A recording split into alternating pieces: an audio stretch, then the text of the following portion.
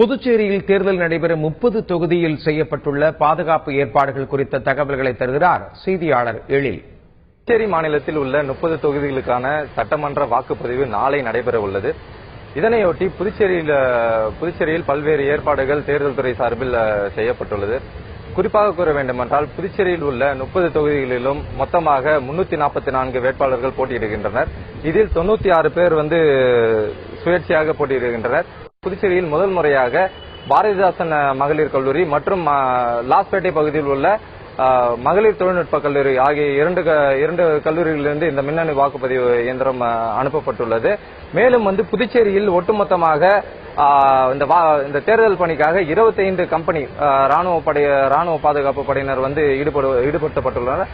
அதேபோல் போலீசார் 2000க்கும் மேற்பட்ட போலீசாரும் இந்த தேர்தல் வாக்குப்பதிவின் போது ஏதேனும் அசம்பாவித சம்பவங்கள் ஏற்படாமல் இருக்க அவர்களும் பாதுகாப்பு பணியில் ஈடுபடுத்தப்பட்டுள்ளனர். குறிப்பாக ஒட்டுமொத்தமாக புதுச்சேரியில் உள்ள 30 தொகுதிகளிலும் 930 வாக்குச்சாவடிகள் அமைக்கப்பட்டுள்ளன.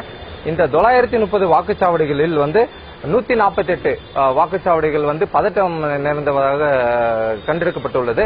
இந்த பகுதியில் அசம்பாவித சம்பவங்கள் ஏதும் ஏற்படாமல் இருப்பதற்காக அந்த பகுதியில் மட்டும் துணை ராணுவ படையினர் பாதுகாப்பு பணியில் ஈடுபடுத்தப்பட்டுள்ளனர்.